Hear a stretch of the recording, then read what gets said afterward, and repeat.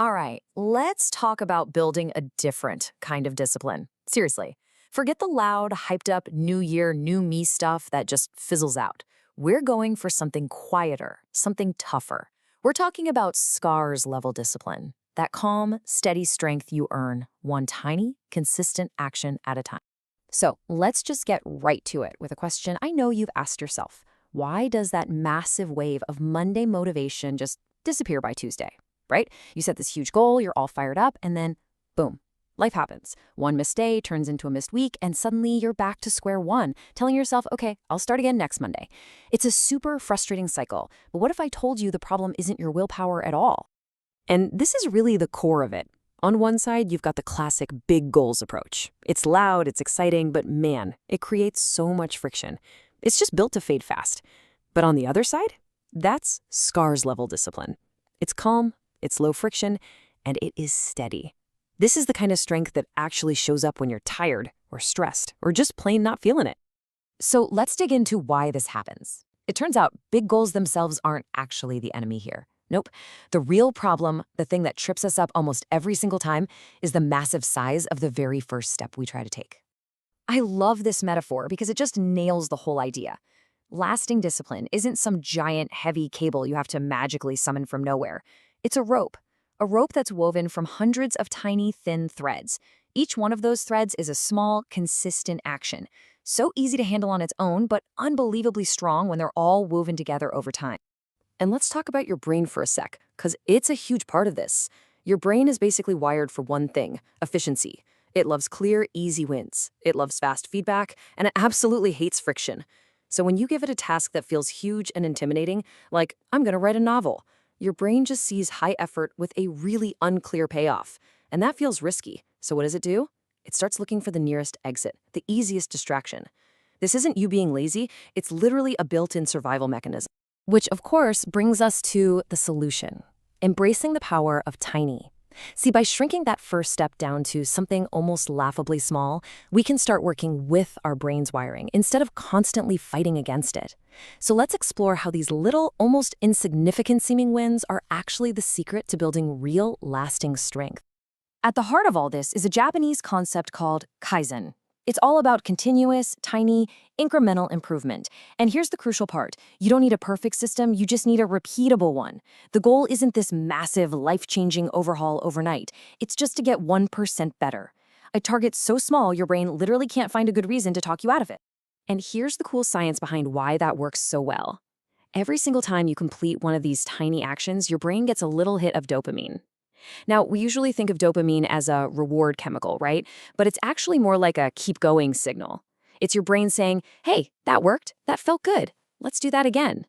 These frequent, predictable micro-wins create this steady, powerful momentum that keeps you in the game long term. Okay, let's get practical. This section is your toolkit. We are going to break down 5 specific Japanese habits. And get this, each one takes 5 minutes or less. They're designed specifically to build that calm, steady discipline right from the ground up. First up, we've got the Kaizen check-in. This is a super simple 2-minute daily practice. And its whole purpose is to take a fuzzy intention, like, I should probably be more productive, and turn it into a concrete, actionable plan for today. It just cuts right through that mental clutter. And here's how ridiculously simple it is. 1. Pick one small upgrade. Just one. It could be reading a single page or doing one push-up. 2. Write it down using this template. Today's 1% is the action, and I'll do it when. And 3. Try to knock it out before lunch.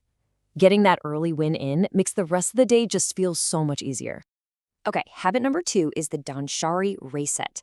This is all about letting go of clutter to clear up your mind. See, a messy environment is constantly sending this low-grade signal to your brain that says unfinished business. By clearing even a tiny physical space, you create a quiet mental cue that says, okay, you can begin here. And the 3-minute version is just as easy. Pick one tiny area, like one section of a messy drawer, or just a corner of your desk. Set a timer for 3 minutes and just go. Now here is the most important rule. You have to stop when that timer ends. The win isn't a perfectly organized space. The win is doing the habit itself. Next up, we have the Osoji micro-clean. Think of this like your closing duties routine at the end of the day. You're not just tidying up, You are actively protecting tomorrow's energy by making tomorrow morning just a little bit easier on yourself. So the 3-minute routine is super straightforward. First, just put a few obvious items back where they belong. No deep cleaning or sorting. Second, wipe down one surface you're going to use tomorrow, like your desk or the kitchen counter. And third, and this one is key, set out your first tool for the next day. Your running shoes, your notebook, whatever. It's like leaving a visible promise for your future self.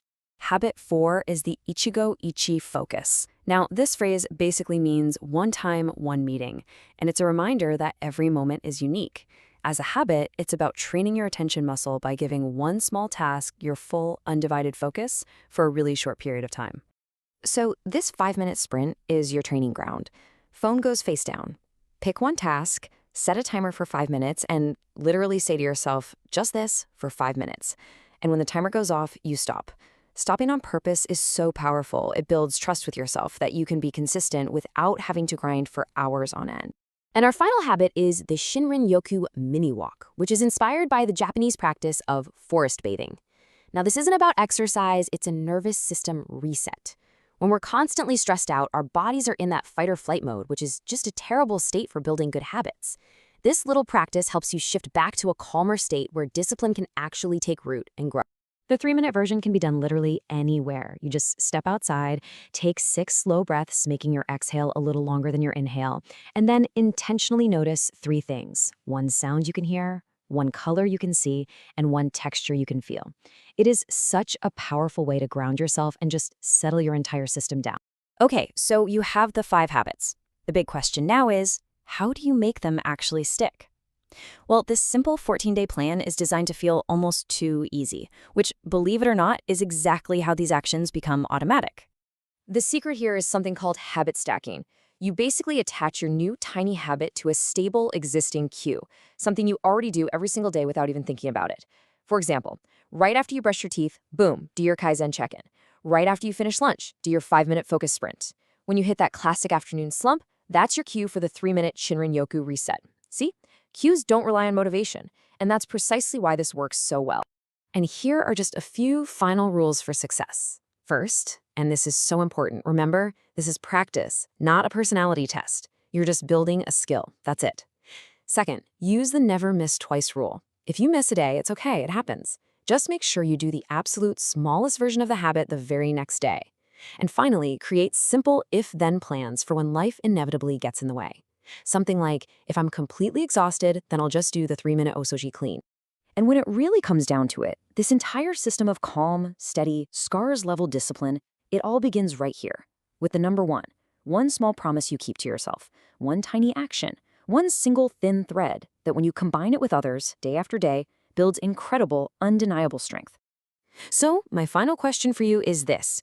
Which one will you choose? Which tiny habit is going to be your 1% better for today? Don't try to do them all. Just pick one. Start small, be ridiculously consistent, and just watch how those small wins begin to stack up.